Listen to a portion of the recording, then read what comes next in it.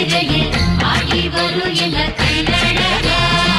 எட்டு திசையிடும் கொட்டு முழங்கிட மதுரை குலங்குது கள்ளழகா. எட்டு திசையிடும் கொட்டு முழங்கிட